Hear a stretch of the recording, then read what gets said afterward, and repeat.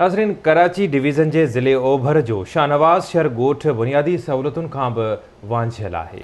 पीअण जो साफ़ पानी न हुजण, सीवरेज निज़ाम नाकारा ऐं रोड रस्ता टुटल हुजण सबबि रहवासी तकलीफ़ुनि खे मुंहुं ॾियण ते मजबूर आहिनि। उन हवाले सां रिपोर्ट कयो आहे आमिर सुप्रो। कराची के ज़िले ओभर में शाहनवाज़ शहर गोठ भी बुनियादी सहूलतुनि खां महरूमी जो शिकार है।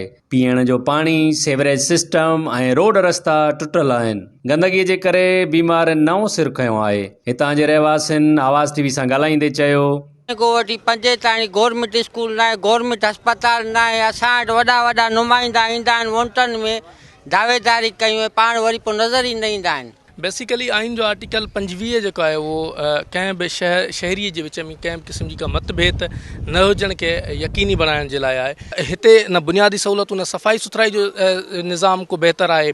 सीवरेज सिस्टम जो वो पूरी गंद जो वो नालिन में अचे तो।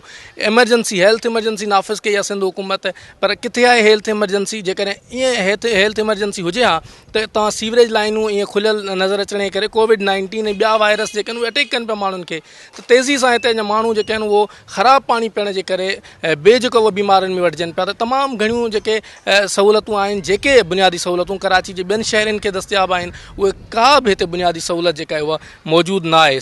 तमामु घणा मसला आहिनि, पर उन्हनि में पाणीअ ऐं ड्रेनेज जो सिस्टम इंतिहाई ख़राबु आहे।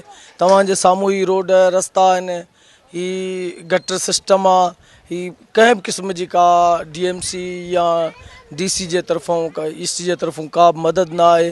कुझु जेके बि तव्हां कम ॾिसो था, थोरा घणा आहियो, पंहिंजो मदद पाण असां कंदा रहंदा आहियूं। ऐं इंतिहाई अफ़सोस सां चवणो थो पए त असां जीअं लावारस बणिजी चुका आहियूं। असां वटि पानी जो तमामु घणो बहिरान आहे। पानी न हुजण जे करे ग़रीब माण्हू जेके आहिनि टैंकर जेके आहिनि ख़रीद करण ते ॾाढा मजबूर आहिनि। असां चाहियूं था त हुकूमत खे घुरिजे त असां वटि पानी जेको मुहैया करे त बहितर आहे। ऐं हुकूमत खां मुतालबो था कयूं त जेको आहे ड्रेनेज जो सिस्टम बहितर बणायो वञे। जॾहिं बरसाति ईंदी आहे तव्हां ॾिसो ही सॼो एरिया भरिजी वेंदो आहे।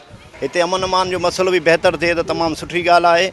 मसला ॻोठनि में हूंदा आहिनि, उहे सभई मसइला आहिनि ॻोठ में आहिनि। सेवरेज जो मसइलो आहे, ड्रेनेज जो मसइलो आहे, बिजली जो मसइलो आहे, गैस जो मसइलो आहे, सफ़ाई जो मसइलो आहे। सफ़ाई त सालनि में असां हिते कॾहिं जेको आहे म्यूनसिपल कमेटी वारनि खे ईंदे न ॾिठो आहे। ड्रेनेज जी हालत इहा आहे जो हर ॿिए ॾींहुं 3 ॾींहं कंहिं न कंहिं जेको आहे घिटी खां जेको आहे गटर उथरी थो पवे। ऐं वाटर सप्लाई हिते आहे ई कोन्हे। जेको थोरो घणो पाणी अचे थो उहो बि न अचण जहिड़ो आहे। ऐं हितां जो जेको आहे केॾीमहिल जो अचो मंझंदि जो हिते सॼो ॾींहुं ॿार ॼण त परेशान हूंदा आहिनि पाणी जे लाइ।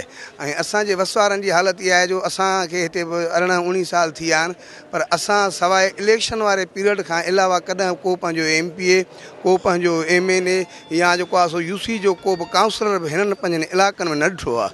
सिंध गवर्नमेंट त परे जी ॻाल्हि आहे। 20 साल जगह खां वरिती आहे, ताको न पानी मिलियो आहे, न गटर लाइन मिलियो आहे। ज़ुल्म लॻो पिया, कोई ग़रीब काॾे वञे, पानी कोन्हे को।